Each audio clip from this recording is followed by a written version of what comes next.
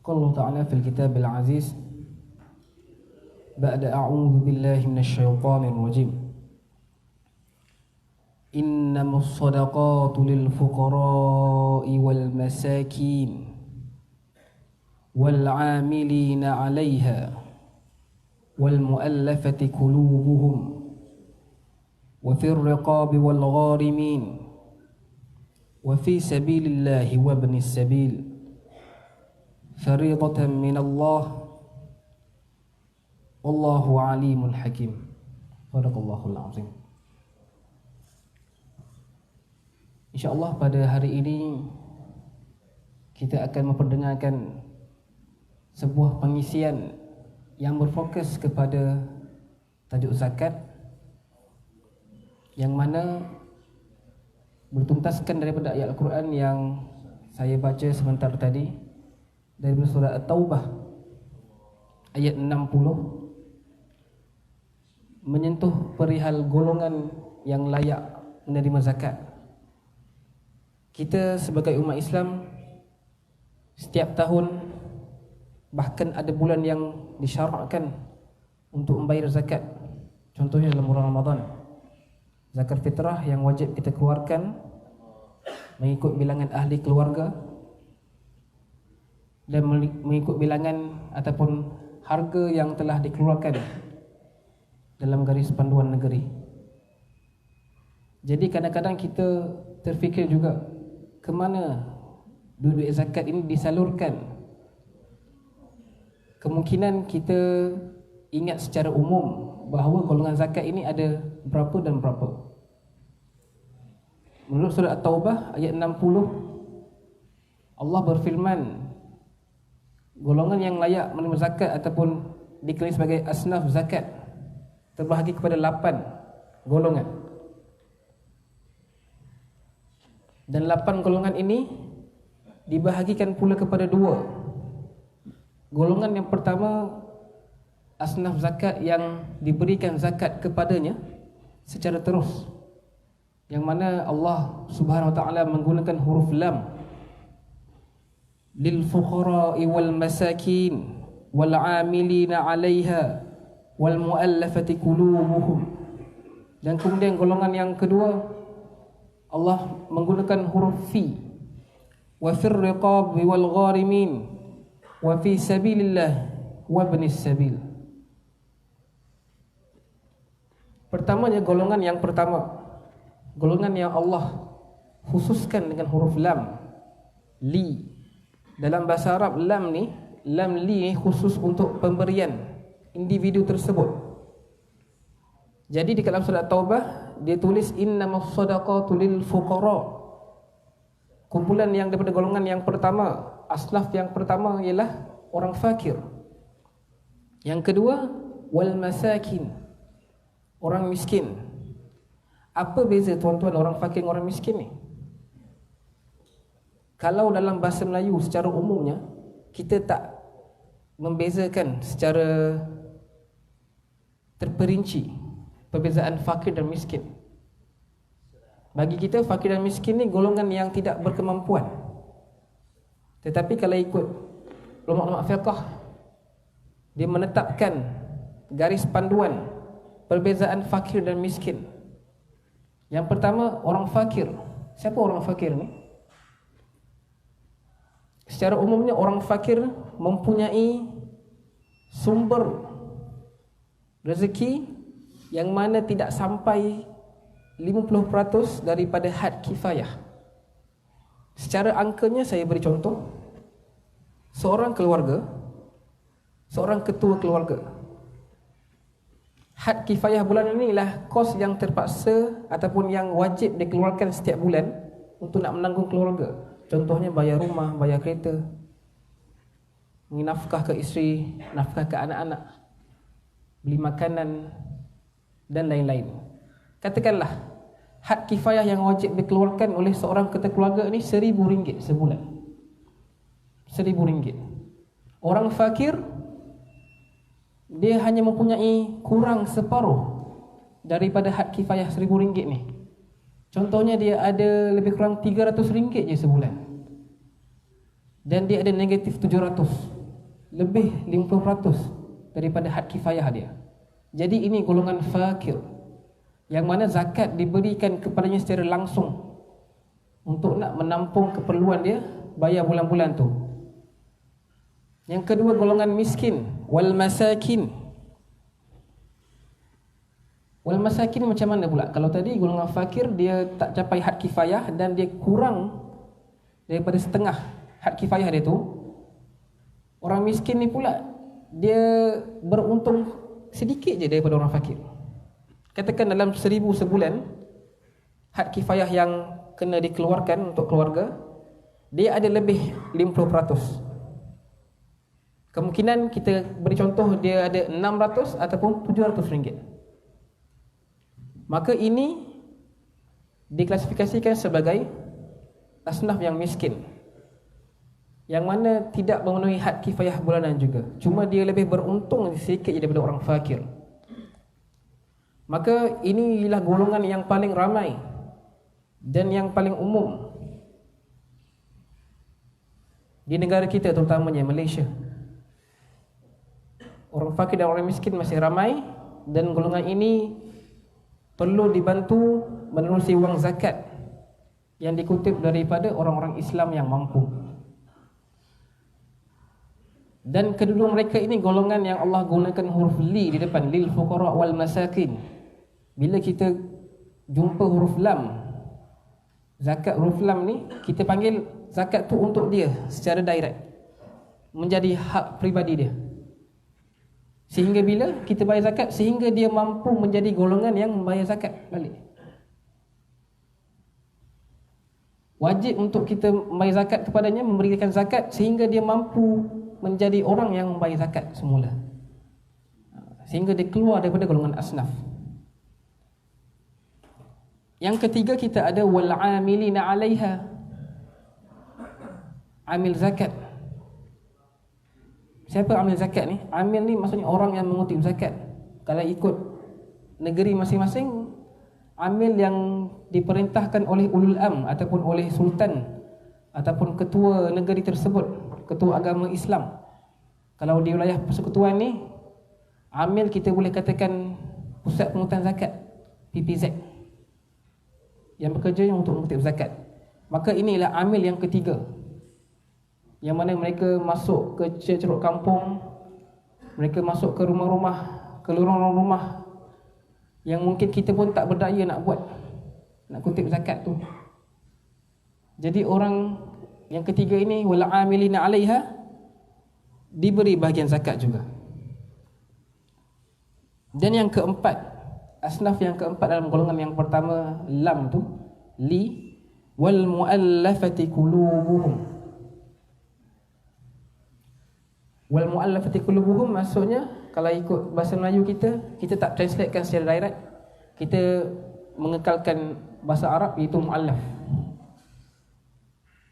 Ini golongan yang keempat, yang mana harta zakat itu diberikan secara langsung kepada mereka, menjadi hak peribadi mereka. Dan muallaf ini mengikut definisi ialah orang yang baru memeluk Islam. Itu yang pertama. Yang kedua, orang yang mahu dijinakkan hatinya untuk Islam supaya boleh membantu Islam ataupun boleh membantu orang-orang Muslim. Itu definisi muallaf. Contohnya, ada seorang berbangsa India contohnya yang baru masuk Islam, datang ke Jawab Mufti minta bantuan zakat. Kerana alasan dia tukar agama baru, dia tukar daripada agama lama masuk pada agama Islam, dan dia dibuang keluarganya. Tak ada rumah. Isteri pun ada yang tak nak tinggal lah, nak bercerai dengan dia. Jadi macam mana Islam nak jaga orang yang baru masuk Islam macam ni, muallaf ni? Kita kena kuatkan dengan beri bantuan kewangan. Kalau ada yang kata, kenapa nak bagi bantuan kewangan?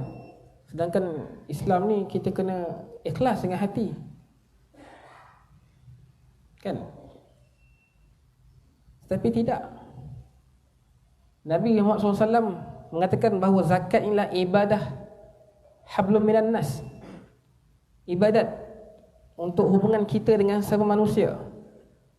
Kalau solat, itu ialah bentuk ibadat hablum minallah.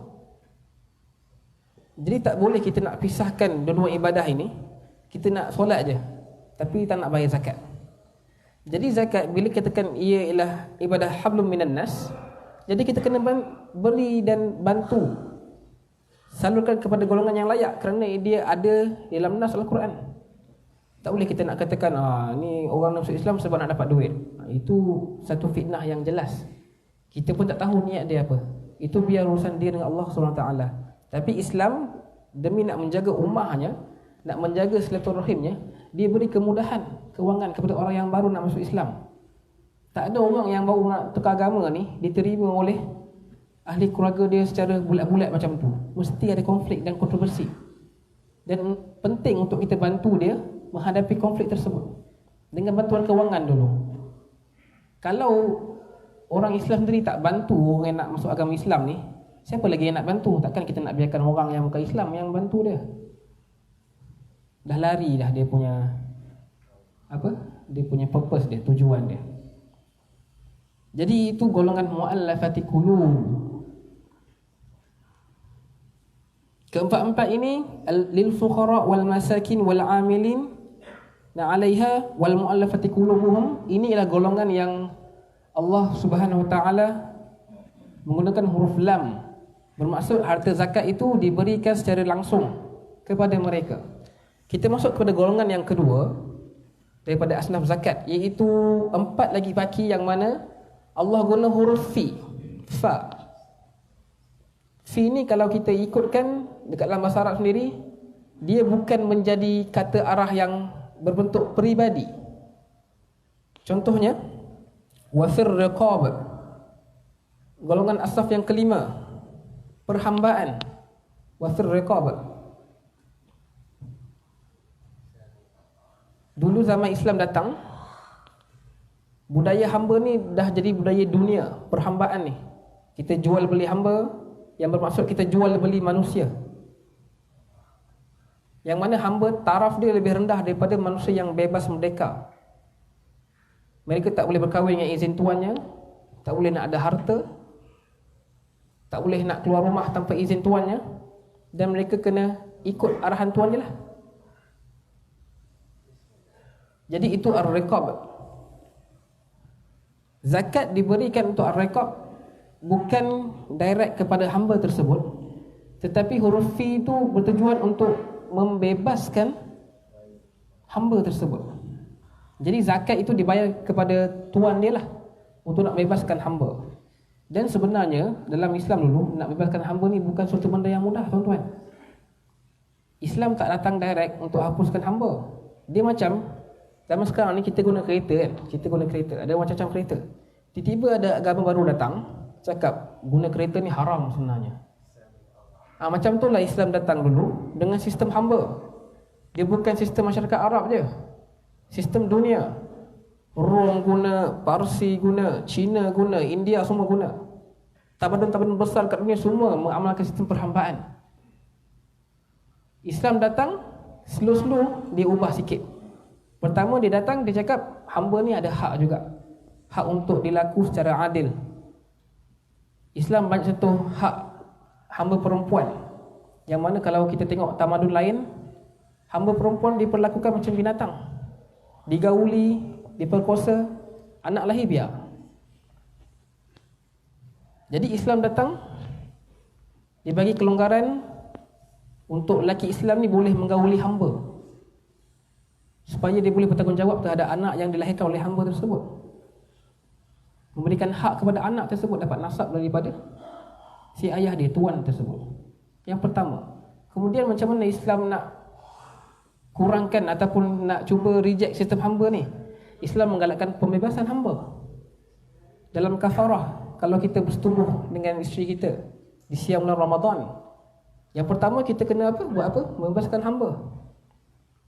Kemudian baru puasa 2 bulan berturut-turut kalau kita tak mampu membebaskan hamba. Tapi sebabkan zaman ni sistem hamba dah tak ada, jadi itulah kafarah yang kita kena hadaplah, iaitu puasa 2 bulan berturut-turut kalau kita bersetubuh di siang puasa Ramadan. Jadi secara ringkasnya, zakat untuk wafir riqab ni diberikan untuk membebaskan hamba. Dia bukan nak bagi hamba tu duit untuk dia pegang secara peribadi. Itu tujuan huruf fi digunakan. Kemudian al-gharimin yang keenam, asnaf yang keenam al-gharimin. Gharimin ni orang yang berhutang. Orang yang berhutang. Berhutang apa? Berhutang keperluan asasi. Sekarang ni kita semua berhutang. Betul tak tuan? Kita berhutang beli rumah, berhutang bayar kereta, berhutang kad kredit dan lain-lain. Ada pinjaman peribadi. Bahkan ada yang berhutang nak beli makanan pun. Jadi adakah kita semua ni termasuk asnaf yang keenam ni al-gharimin? Orang yang berhutang? Al-gharimin kalau definisi asas dia ialah berhutang terhadap keperluan asas, di mana kalau seseorang itu mampu untuk beli kereta kancil tetapi dia pergi tiba dia beli kereta Mercedes, itu tak termasuk asal gharimin lah. Dia tak beri di atas kemampuan dia. Tapi ini nak beli kereta yang second hand pun tak cukup. Tak cukup duit. Padahal anak ramai, anak 5 orang, tapi ada motor 1. Wajib untuk dia beli kereta. Tapi tak adalah nak terus beli kereta yang mahal-mahal. Jadi yang golongan seperti ini, yang berhutang untuk keperluan asasi ini, dibolehkan masuk ke dalam asnaf yang keenam, al-gharimin. Ataupun yang paling teruk sekali pun, dia nak beli makanan sehari-hari pun tak ada duit. Beras harga RM30, dia ada RM10. Nak beli beras kat kedai, tak cukup duit, dia berhutang dengan kawan dia. Ini pun boleh dimasukkan dalam asnaf al-gharimin, berhutang untuk membeli keperluan asasi. Dan zakat al-gharimin ni tidak kita bagi secara langsung macam yang hamba tadi, tapi hanya diberikan untuk nak membayar hutang tersebut. Dan yang ketujuh kita ada wa fi sabilillah. Asnaf yang ketujuh, wa fi sabilillah ni kalau ikutkan zaman dulu ulama guna untuk orang yang keluar berjihad, berperang nak menjaga agama Islam. Tentera yang menjaga sepadan negara di Madinah daripada pencerobohan tentera luar. Kemudian berkembang negara-negara besar. Jadi askar-askar yang menjaga ketenteraman negara Islam pada waktu tersebut termasuk dalam asnaf zakat fi sabilillah. Tetapi zaman sekarang ni tuan-tuan, kita tak ada dah perang-perang macam tu. Kemungkinan kita boleh katakan askar-askar kita, tentera udara, tentera darat yang berada di perairan sepadan negara untuk menjaga kita punya negara, itu kita boleh masukkan kat dalam asnaf fi sabilillah juga. Tetapi ulama kontemporari yang baru seperti Al-Qaradawi contohnya, beliau antara yang pertama yang meluaskan maksud fi sabilillah ni. Dia kata bukan untuk berperang aja, tetapi untuk apa? Fi sabilillah maksudnya li'ila kalimatillah. Orang yang tindak tanduk ataupun perlakuan dia untuk menegakkan kalimah Allah. Contohnya, orang Islam nak bina masjid dekat negara yang bukan Islam, dekat negara kafir. Ada NGO Islam nak bina masjid di Perancis contohnya. Jadi mereka ini boleh dimasukkan ke dalam asnaf fi sabilillah mengikut tafsir Al-Qaradawi. Dan tafsir ini juga diguna pakai oleh kita di Malaysia. Kita di Malaysia kita tak cakap fi sabilillah ni yang berperang aja. Tapi apa-apa tindakan untuk menegakkan kalimah Allah, li'ila kalimatillah, seperti membina masjid ataupun membina sekolah, pusat-pusat tahfiz, kita boleh masukkan ke dalam asnaf fi sabilillah. Cuma dia perlukan piawaian yang ketat agar untuk kita nak mengelakkan daripada penipuan lah. Sebab sekarang ni ramai orang boleh claim dia nak bina masjid, dia nak bina pusat tahfiz apa semua. Jadi dia kena ada satu piawaian yang ketat. Setiap negeri dia kena ada piawaian yang ketat untuk nak mengawal asnaf zakat fi sabilillah ini. Kemudian yang terakhir tuan-tuan, sebelum kita mengakhiri tazkirah pada hari ini, asnaf zakat yang terakhir dalam golongan yang kedua ini ialah wabnis sabil, ibnu sabil, ataupun nama dia tuan-tuan anak jalanan. Apa maksud anak jalanan ni tuan-tuan? Adakah orang yang di jalanan tu, adakah orang yang homeless tu? Tidak. Ibnu sabil ni maksud orang yang berada di dalam perjalanan menuju ke destinasi yang lain. Dalam bahasa mudah kita boleh panggil sebagai antaranya musafir. Musafir tuan-tuan. Antara kelebihan dan kemudahan yang kita dapat semasa kita bermusafir, yang pertama, kita ada kemudahan jamak dan qasar solat. Yang kedua, kita ada kemudahan untuk berbuka puasa di bulan Ramadan. Maksudnya kita ada kelonggaran untuk nak berbuka puasa, tapi dengan syarat kena qada lah. Dan yang ketiga, mengikut Al-Qardawi juga, tak kira sama ada kita kaya ataupun miskin, kita boleh masuk dalam kategori asnaf zakat Ibn Sabil. Sebab ulama dulu dia tafsirkan Ibn Sabil ni, tuan bayangkan bermusafir daripada Madinah ke Syria naik unta ataupun jalan kaki. Agak-agak berapa lama nak sampai kat Syria tu? Dia tak akan makan masa yang singkat lah, masa yang panjang. Dan hartanya ditinggalkan di tempat tinggal dia. Jadi sebab tu kita zakat tu diberi untuk nak memudahkan perjalanan dia pergi dan balik. Tapi zaman sekarang ni lain sikit. Sebab apa? Kita keluar rumah, duit tak ada kat rumah. Duit memang ada kat kita. Ada kat dalam handset, ada kat dalam beg dompet, apa semua kat bank kita. Jadi dia secara praktikalitinya, kita ni walaupun termasuk ke dalam Ibn Sabil, tapi secara praktikal kita tak boleh nak apply zakat lah. Sebab kita ada harta kita masa kita bergerak. Ulama' dia khususkan orang Ibn Sabil ni orang yang tak ada harta je. Semasa bergerak tu, dia tinggalkan harta kat rumah, bermastautin pergi tempat yang lain. Dan sekarang ni pun kita bermusafir, kita tak naik unta. Kita ada kereta, ada motor, ada kapal terbang lagi, ada kereta api, bahkan kapal laut lagi pun ada. Jadi secara praktikalitinya Ibn Sabil ni dah kurang sikit untuk zaman sekarang ni. Maka ini golongan yang kedua, 4 asnaf yang untuk huruf fi, yang mana zakat diberikan untuk menampung perbelanjaan mereka semasa dalam perjalanan tu sendiri, bukan diberi secara peribadi. Banding dengan golongan yang fakir miskin tu, kita bagi terus secara direct dan secara langsung.